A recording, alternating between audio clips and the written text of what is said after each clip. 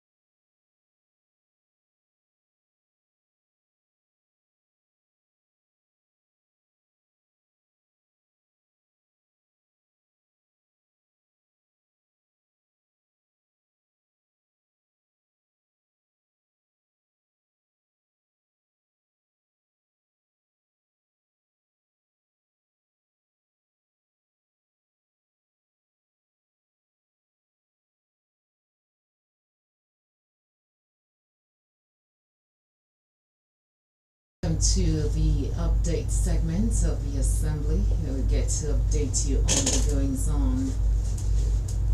Tonight, the state wraps up a 3-day retreat on budget performance management with Kwara State House of Assembly members, MDAs, commends 8th Kwara Assembly for being proactive in their oversight responsibilities.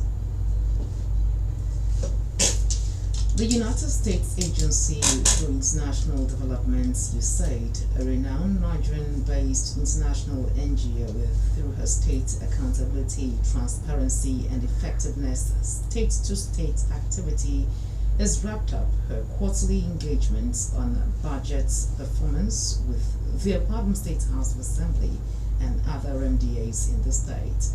The 3-day budget oversight management retreat for members of the 8th Kwara State House of Assembly, which took place from Wednesday, August 7 to Friday, August 9, was held at 4 Points by Sheraton Hotel, Enquiry, and it focused its advocacy training and performance assessments on education, health, and WASH, and also had as participants representations from relevant MDAs from those sectors.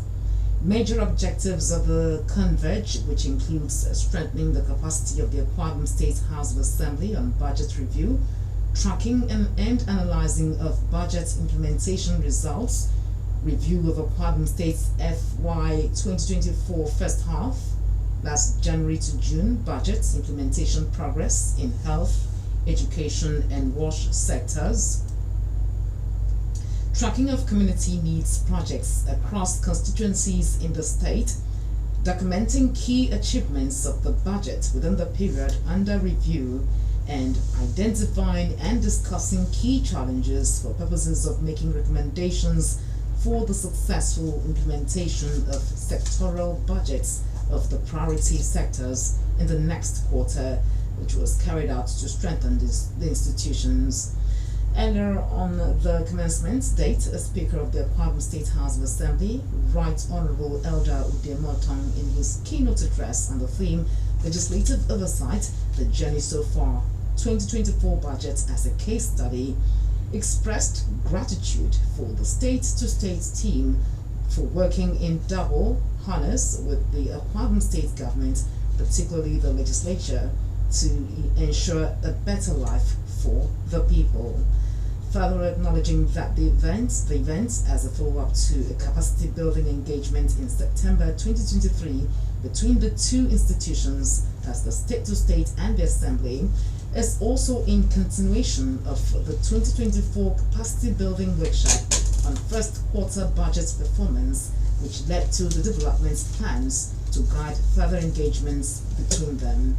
The Kwara State House of Assembly Speaker also reported that while discharging its oversight functions of monitoring and ensuring compliance, the 8th Kwara State House of Assembly has established and maintained a robust relationship with the executive as the two arms of government is working in synergy to ensure that the dividends of democracy are delivered to the Akwa Ibom people. The Speaker also disclosed that their resolve as an assembly to ensure absolute compliance to the 2024 budget is evident in various visits to ongoing project sites, constant engagement with ministries, departments and agencies, NEAs, as well as championing accountability as exemplified in the recent visits by the Committee on Local Government and Chieftaincy Affairs to all the local government areas in the state to assess firsthand the scorecards of the transition chairman before assenting to the request of the governor for tenure renewal.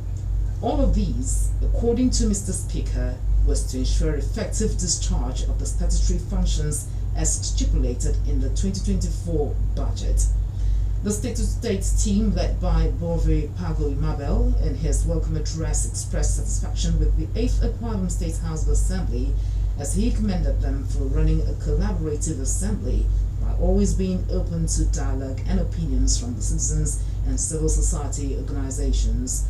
Pago Imabel also stated that the Speaker Tong's cooperation with advocacy organizations has been instrumental to his success stories for exemplary leadership of the House, which has driven stronger partnership that led to attracting development to the state, as his various advice was instrumental to the logistics preparation for the event.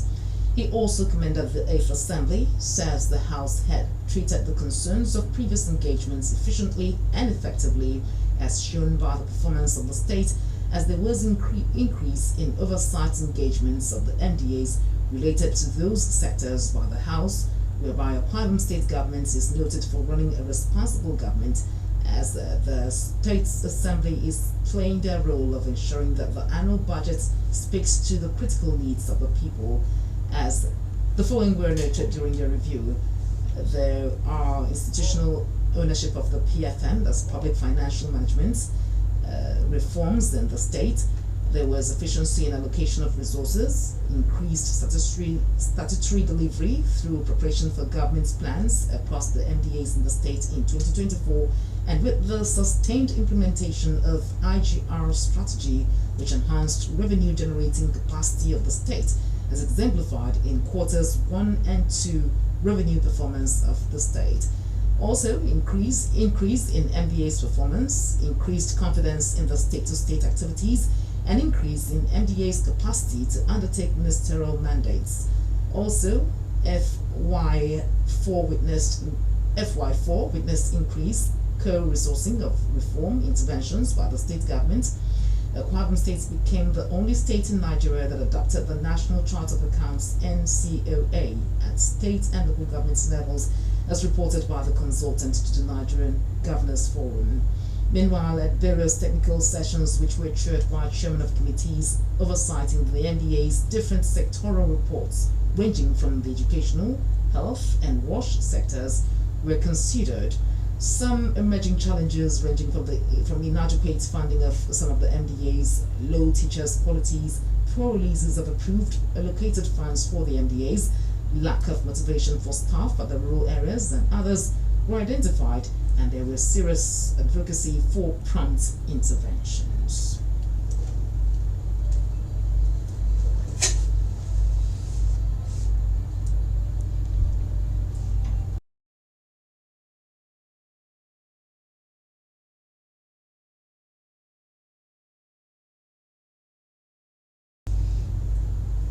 Up next, to bring you the interview session. Just stay with us. It will be too lengthy. Let's sit on that during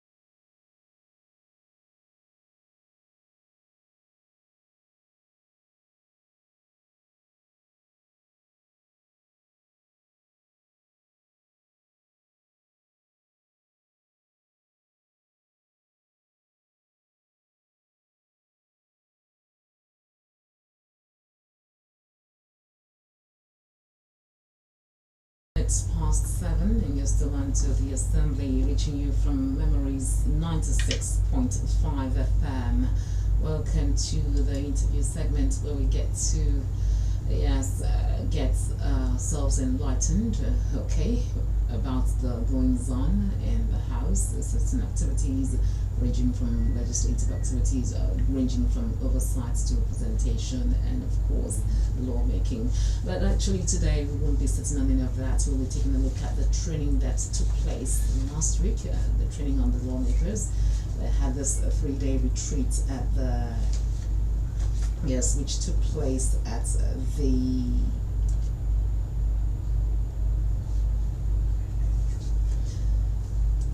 4 Points by Sheraton Hotel in Enquiry. So in the House this evening to do business, of course, to do justice to the questions that will be thrown at him is none other than our regular person, our regular man, Mr. Endurance Vasi. He is a legislative reporter. So good to have you here. It's a pleasure to be with you once again, Juliana. Alright, so without wasting much time, without much ado, let's dig into the business of the night. Of course, you were there those 3 days. I remember we had opened talks on this last Wednesday when we were here, right after the first day, because it started the 7th of Wednesday. Yes, Wednesday, 7th of August last week. And yes, we actually opened discussions on this issue, but we had said we're going to conclude this week when everything was through. So you've been there those 3 days. You actually saw what happened. Let's hear from you. Like briefly, how was it? How did it go down? How was the turnout of the lawmakers, the compliance, and everything to the training? And what did you see before we start, dissecting matters? In my observation, what I saw, witnessed, all the lawmakers turned up in their numbers. All of them were present. Really? At the convention. Those 3 days. Those 3 days. The convention was the keynote speaker of that event was none other than Mr. Speaker. Okay. Who presented the keynote address.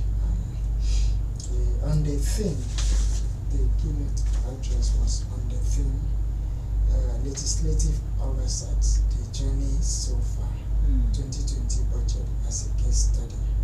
So Mr. Speaker did justice to that by taking the time to dissect some of the achievements, and also as well as appreciate the support from the USAID, which is United States Agency International Development. So Mr. Speaker used it in the course of his presentation. He enumerated the achievement of the 8th Assembly in the last first and second quarter of the year, with particular attention on budget oversight management, and he spelled out some of the achievements of the committees, what they were able to achieve. He enumerated them, ranging from Committee on Health, Committee on Education, and Finance and Appropriation, which is the mother, so to speak, because the major thing is tracking how well the funds of the state is utilized, which is these funds are appropriated by the House of Assembly. The House of Assembly has the power. If you bring a budget on certain thing, maybe certain departments of the MDAs, the House has the right to look at it and now say this budget is relatively very low for this. Is not realizable with this fund, or this budget is relatively very high. The House has the right to, in its magnanimity, take some from this other agency to the other one. Say, why not fund this agency more? That this is the agency that should be more funded. They have that right to ask those questions and to know why you so decide to appropriate this to this, that to that, and then That's their duty. They have the right to approve. They also have the right to disapprove. So majorly that's what has been about. So now the essence of this advocacy training is just to because this partnership is to enable the essence. Majorly a partnership is for the essence of open governance, open governance and inclusivity, inclusive governance, leadership, the state, the citizens, the legislatures, because it's not a one-man thing. We are talking about everybody here. Apart from the lawmakers being there at the event, like you said, they were all present. Were there other participants? Certainly, there were other participants. We have the media organizations. We also had the civil society organizations, like representation from the policy alliance was there, who asked very scrutinizing questions to know. They asked questions, and then to be very frank with you, I was impressed when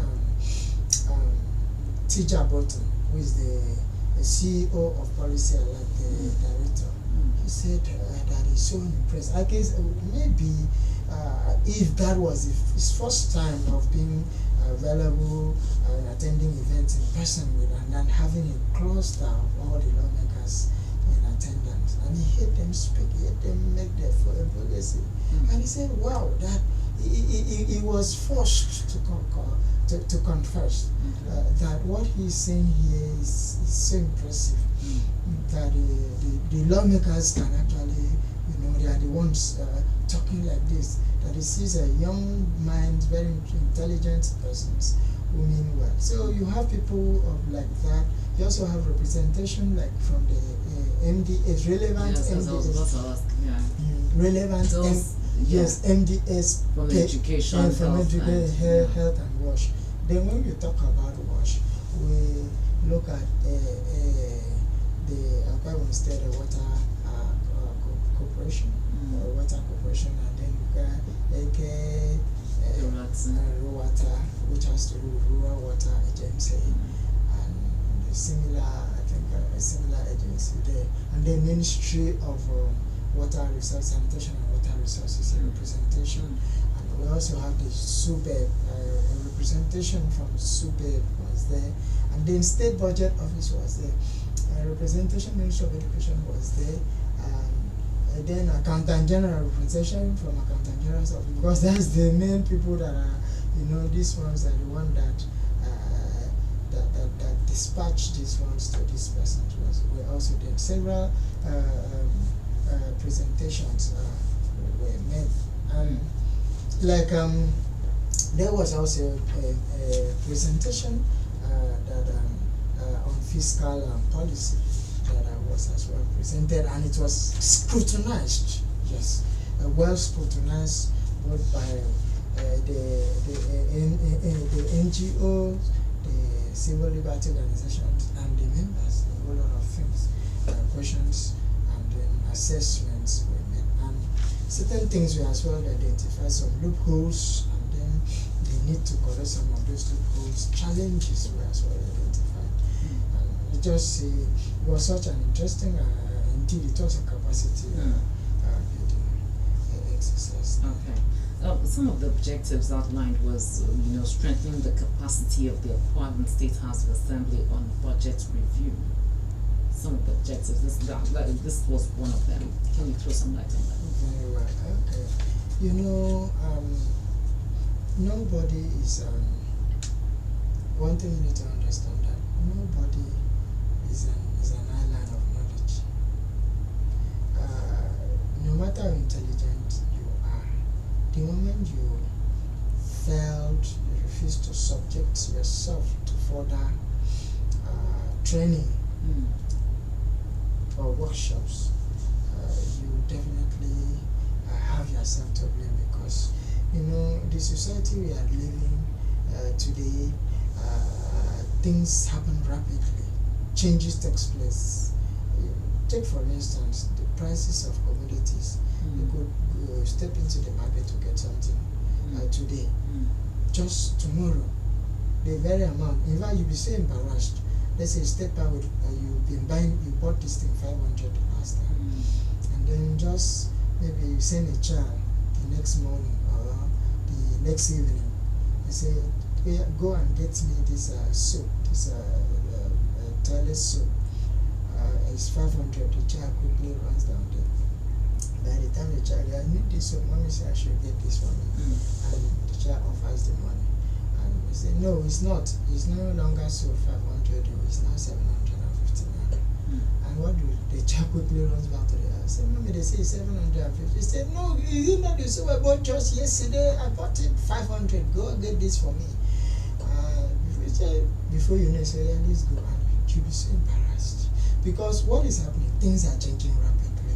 You see, things are not stagnated. Things don't remain stationary. And then same thing with the happenings in the society. Updating. There's an update in things. So you have to follow the trend. How many people knew that in times to come, that just with his phone and handset, you could have everything done. You could capture events. You are a journalist. You can relate to this. With your handset, you could walk into an event, maybe get all that you need, and then even without a biro, with just your handset. So now, if you are not trying to get used to this adjustment, how would you be able to? So the essence of this, to help in building up their capacity in oversight, because the new developments in this agency, in this parastatals, how to check these persons. You have to be well trained. These members has to be trained, so they know how to check this person, check this MDS. Like the chairman House Committee on Education, Mrs. Kenan Onofia said that when these people see them coming to check, they should not feel that they are not witch hunting them, whereby some of them try to refrain from responding. That the essence of it is to ensure that they all live up to their responsibility as public servants, which is in line with the Constitution of the Federal Republic. So these are the things, the essence of it, in this case, this training to help boost their morale, yes, as it were, to help boost their morale and carrying out this exercise. So that is it about the training and the essence of it. All right. Let's talk about the resolve of the 8th Assembly to stick to or to comply to the 2024 budget. So far, based on what was analyzed that day, the state-to-state team lead said so far in the last quarter, observation the first and the second quarter, that what they have seen, they are impressed by the oversight, constant oversight activity of the House, because the implementation is impressive by the MDS of government and releases too. That the government's the remarks that was made even by the consultant to Nigerian Governors Forum about the Akwa Ibom State, it was very impressive. The Akwa Ibom State is running a responsible government, and they are one of the states that adopted the chartered standard implementation of the World Bank and a whole lot of that. So there's confidence that before the run-up of this 2024 budget year, that a lot will be achieved, because so far the 8th Assembly has been following following the implementation process effectively, and I have hope. I have hope that before the conclusion of this year's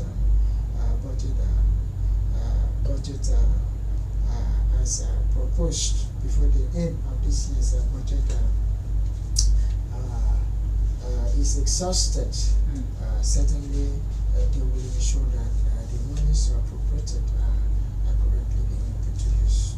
Would you say that the appointment or the 8th Assembly is actually a collaborative assembly? Would you see it as a collaborative assembly whereby they carry the views of the citizens along, like there's this citizen inclusivity in what they are doing, they're collaborating with the citizen in a way, like, you know, going out there to find out the minds of the people, their needs, what is really paining them, you know, in the neck, to be able to come back and strategize or re-strategize in order to, you know, deliver? I would say yes. Yes, yes, and yes. Okay, so you'll tell us. Yes. You need to understand that there is no bill passed in this state without passing through all the processes. The first reading, the second, when the bill is first presented, first reading, what happened? It is now forwarded to the committee for rescheduling, the committee on review committee. Yes, this is a review committee. That should be the committee on the review committee before the bill is being brought back to the House. That is the review committee that will look into it before the bill is now brought back. I said it's worthy to be considered. That is committee on ethics. Yes, committee on ethics. Yes. Now, when it is brought back to the House, said, okay, it's what coming for second reading. Now the bill is now introduced for second reading. That is at the debating stage at the House. It's so debated there by the lawmakers. And now when the lawmakers debate on this bill, and a good number are in support of this bill, they say this is a good bill for to become a law. Okay, they support this bill. And I said, okay. Now they allow it to pass second reading. So the bill now passes second reading. And now when it passes second reading, it is now being referred to a committee, the right committee that will be able to interpret that bill. That is the committee now that will manage, that will be able to interpret that bill. If it was something that has to do with education, the bill was about things, education, science, and all. If it was about to do with education, maybe it could be referred to Committee on Education. If it were something that has to do maybe with tourism, it could be referred to Committee on Tourism. If it could be something that has to do with health, it could be referred to Committee on Health. Or it could be, you know, depending, it could as well be referred either to Committee on Public Utilities, depending on the angle of it. Then, that committee is considered. Before it is now the essence of it is for the committee to study it and then decide. So at that level now, before such bill is being brought to the House again for final conclusion or consideration, that is a report. They have to study the now to bring it for a report. Is to subject it to what? Public hearing. And that is when the views of the citizens are being brought in. Okay. That is why you see the committees now will now write to the citizens. Different through, you know, you cannot call a whole cluster of all the citizens in Akwa Ibom State and say, come on, the space in the House of Assembly is not, it will not contain all Akwa Ibom. So what happens? Representations of each of these persons. Where do they pick this representation? Is it just we have civil society organizations. Are those the ones representing the citizens? Yes, they represent. We have citizens represented, like Policy Alert stands for they represent the citizen. Those are advocacy organizations. Call them advocacy. We have advocacy organizations. So advocacy organizations are invited. Sometimes, like the NPAs are invited. Like you as a journalist. I'm also of the view that maybe a layman that does not belong to any of these organizations, because coming from any organization, you might be coming with this I've forgotten the word for it now, you understand. Look, maybe a lay person out there who does not belong to any organization, does not belong to any school of thought or anything, you know, couldn't we pick people from... Okay, let me ask you. Can I ask you a question? Okay. Sorry, let me also ask you this question. Why do we have representatives at the House of Assembly? One person representing one local government. We have one person representing one local government, right? Okay. Most time is because things has to be controlled. To, you know, things, even in the church, you have representation of groups of persons, even in the church. Yes, everybody cannot speak at the same time. When they see people are too many, in order to save time, because there are a whole lot of things to do, one person, say you represent, who is, okay, you form a group, pick your representation. Somebody is speaking. You form a group, pick your representation. But so, would you candidly say that those people that are representing, those people that they're picking now, are really people who go out there to like give, you know, like, because for me, the way I'm saying it personally, I said like something, it should be a kind of random pick, maybe go to the rural areas, like people from those interior parts who are feeling the pains and, you know, who are there on ground feeling those things.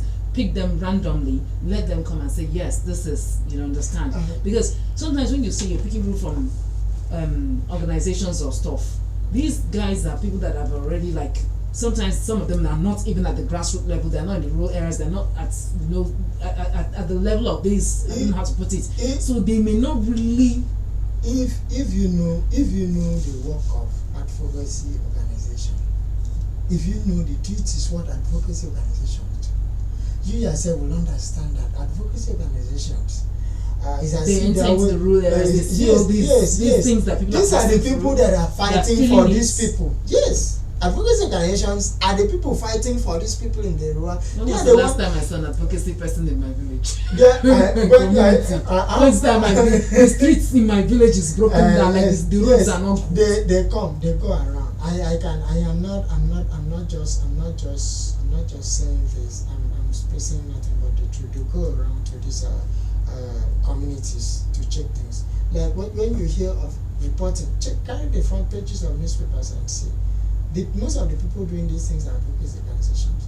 When you hear talking about people that just sit in their office and get information and write. They go to the grassroots. They go to those places. They go to those sites.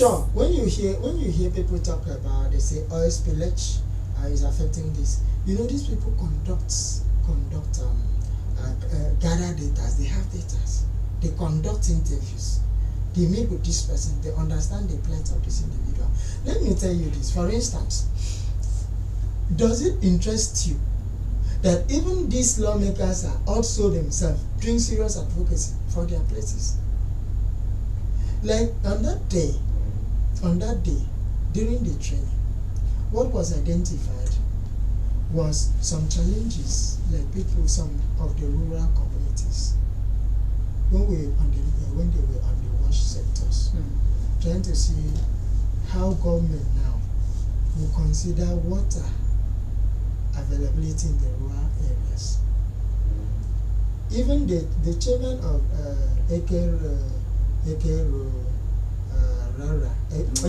Ruatan was there, and he talked about some of the challenges. Then they were making advocacy, like places like Ikorabasi, Eastern Obolo in particular, that the water availability there may not be that good enough for them, and because of some native laws of the place that does not allow certain persons to penetrate certain places to get water. Maybe it is a public stream, maybe it is a situation, a condition you cannot get. How do these people get water when they need them? So that was the time they talked about the need to ensure that this availability of rural water too, like boreholes, community boreholes should be. That was an advocacy. Matters like this are being brought on the floor of the house. So even outside, even the representation, house members are advocating for their people. So we have people advocating for this one. A good there are challenges that militate this issue of advocacy. But would you really say that they're doing enough? Because looking at the fact that sometimes, even from my own village where I come from, we still don't have, we don't have electricity there. In some places in Biden, EKPA might be a village, yes, you understand. And the tar road is even deteriorating like by the day. You understand? So, would you say they're really meeting up? Okay. The thing is this. One thing you also need to understand: the duty of lawmakers is to advocate, and they are advocating. Now, while they are doing the advocating for these things, for their constituents, the implementation is not in their powers. Implementation lies with the executive. If the executive does not implement, it will remain so. And maybe why are the executive not implementing some of these policies? It is only them that can tell. You could hear them say there are some challenges. Maybe as at the time they made these budgets for this, this was the benchmark in terms of the price of crude oil. This was the cost of it. It was projected on this. Then along the line, because we don't have a stable economy again, it suddenly falls. Now they appropriated funds to complete these projects, hence become not enough again. And that's why you see some of the projects, they keep on pushing it into the next budgeting year because of what happens. Okay, take a case study for instance. The period of COVID-19. You saw that there was a resizing of the budget in almost all the states of the Federation because they could not meet up that period that we went into lockdown.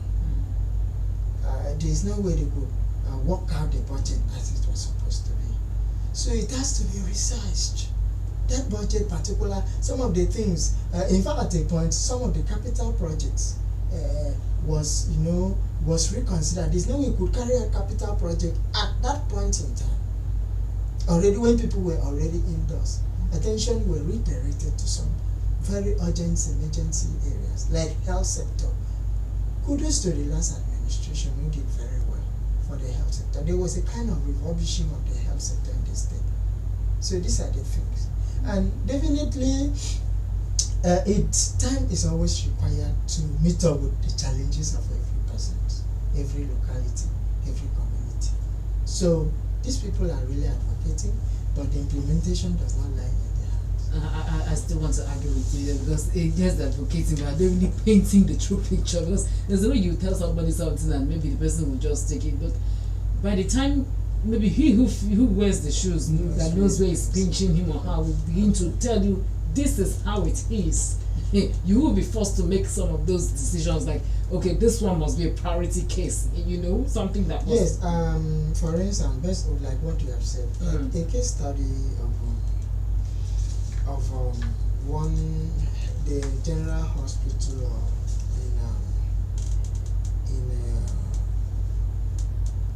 in Eastern Obulo, one or Korete General Hospital. The lawmaker representing Korabasi Eastern Obulo, she is from Eastern Obulo. I'm talking about Honorable Mrs. Selina Setoko Kwatuk. She has been advocating about that this year. One thing you need to understand, the budget for 2024 is not presented in 2024. Budget of 2024 was presented in 2023. Are you with me? Okay. The budget of 2025 will be presented in 2024. This is that is why it is called an estimated working plan. It is an estimated working plan. This is what is to be done. Okay, we are going to take this route. road in this community, in this local government, in that local government, and within this, attention is going to be focused on this. Okay, this particular health center facility has to be renovated. They work out the cost plan. That's what make up the budget proposal. When this lawmaker made this application, which is this year, about the dilapidated state of the Enquiry General Hospital, the budget for this year had already been presented. Maybe that hospital was not captured. I want you to get the point from me. I hope you are with me now. Maybe that hospital. So now, where would you pick money to fix that hospital when it was not in the budget? And it is against the law for what was appropriated for. When it is not being used, he said you cannot just go and decide to use the documents. It's a very serious, it's against the law. So you have to follow it pari passu, just as it is. Then if there is any need for what was not appropriated for to be considered, that is where they need to bring a supplementary budget. This has to be supplemented for now. It's like you have your list that you are going to market tomorrow. So you sit down and list out things that you want to buy. You list out things, and then you give to your husband and say, this is the list for the market. It's 80,000 naira. You now look at everything. You include things to buy. Maybe you have also included, by the time you go to the market, will it be wise at the end of the day? You did not put maybe some 3 other items in that list. On getting to the market, you decided to buy those items. Would you be able to achieve everything that was in that list? You would not. When you buy items that were not included in the list, I think common sense will help you understand this. Okay. So situations like this. So when this member brought that, it has to be reconsidered. That was why now what the committee do now, they now carry out their duty, the officer duty of inviting the MDAs responsible, the Ministry of Health and the state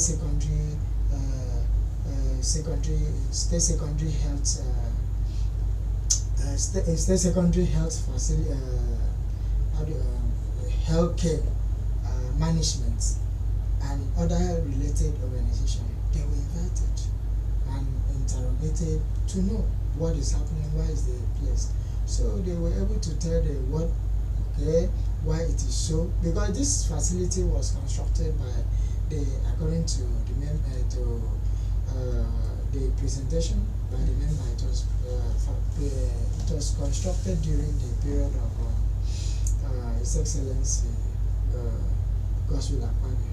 Well, some things contribute, sometimes vandalization, like the community have not been taken care of, because the community also has a responsibility of securing the government presence, government facility in their day. So now when they were able to also tell their own side of it, the challenges that happened. So because of that, it had to be considered. That was considered, and then it was later presented, the report was presented before the House. Okay, now, they were also able to tell the committee that it was not captured in the budget, except it will have to come up in the supplementary budget. So, if maybe supplementary budget does not come at the end of the day, that means it will appear, that project now will not appear in the budget of next year. That's why you see some of these things. Why is government not doing something? Why is government not doing something? You are seeing some of. You may not know whether it's even captured in the next budget. Okay. Maybe in the next budget. Okay. All right. So let's quickly look at the challenges. During the 3-day retreat, the different MDAs, they had different sectoral reports. The educational. The MBAs that had to do with education, health, and WASH. There were some reports that came on board, and they also mentioned some challenges. Can you just quickly run through that of the education sector? The challenges as enumerated by the chairman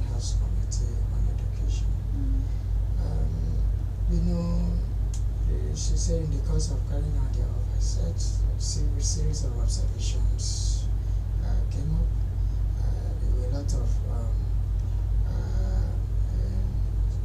students, despite the government free and compulsory education policy, still have school-age children loitering around the environments, hawking and all of that. And despite the fact that there is an existing law on ground that Child's Right Act, according to Child's Right Act, so which prohibits school-age children from hawking during school hours. So there was a serious advocacy call to that effect.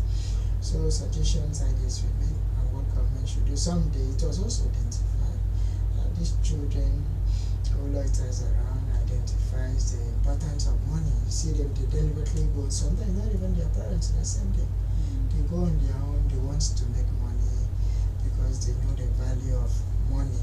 So back in the days, there was this thing that you hear government giving scholarship. What's happening to that? These days, you're no longer hearing things like that. You understand? To bright students and all that, and sometimes to orphans, people who don't have parents, and just to help them. Are you aware of the international exchange program? Are you not aware? The one that is organized, where the educational exchange program between Akwa Ibom State and the UK. Okay. Yes. Things like that are ongoing. Certainly. Things like that are ongoing. And are you aware that bursary is back?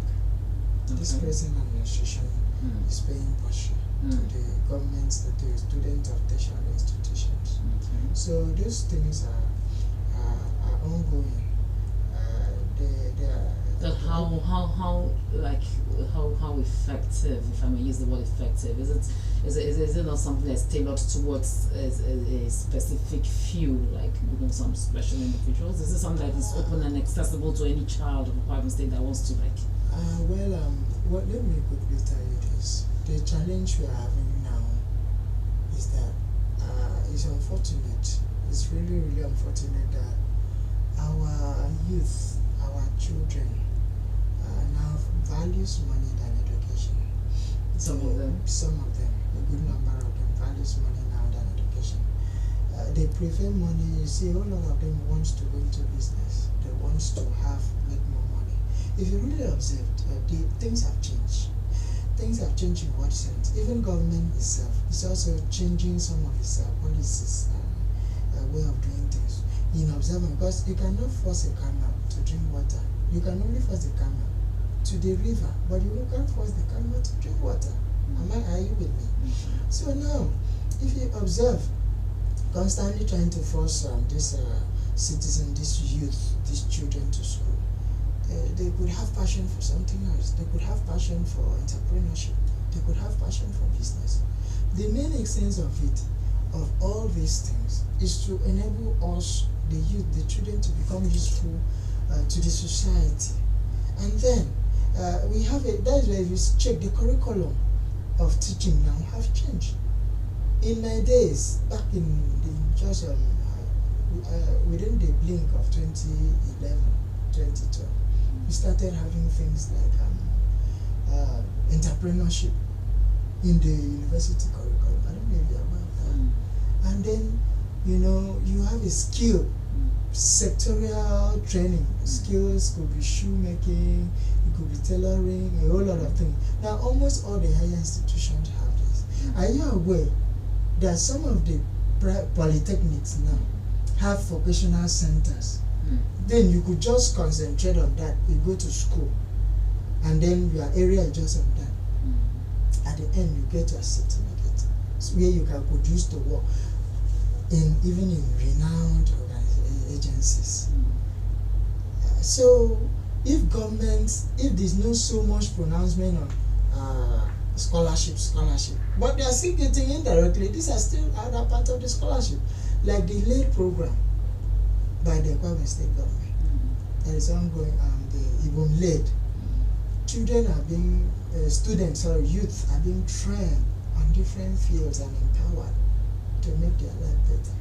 So the main essence of all of this is to make the life of all the everyone better at the end of the day. But notwithstanding, scholarship for those who are interested are still being available.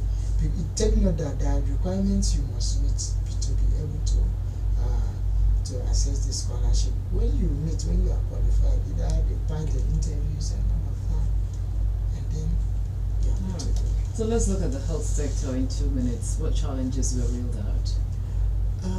Well, the health sector challenges has it that some of the facilities, health is one of the most important sector in the society.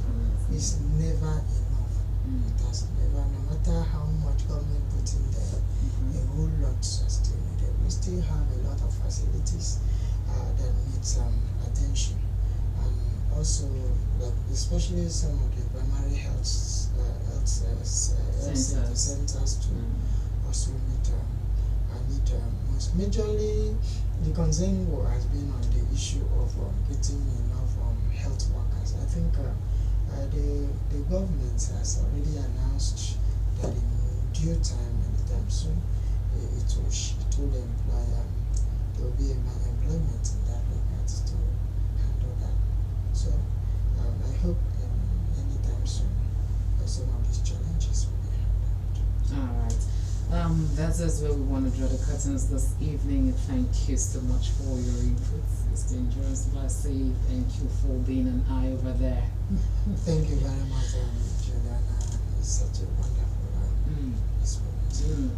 So that's where we draw the curtains this evening on the program, The Assembly. We had to take a look at what happened last week from the 7th to the 10th of August. It's all about the 3-day retreats of the lawmakers had at the 4 Points by Sheraton Hotel, Enquiry, where they had to take a look at how they can, build up their performance, and do better.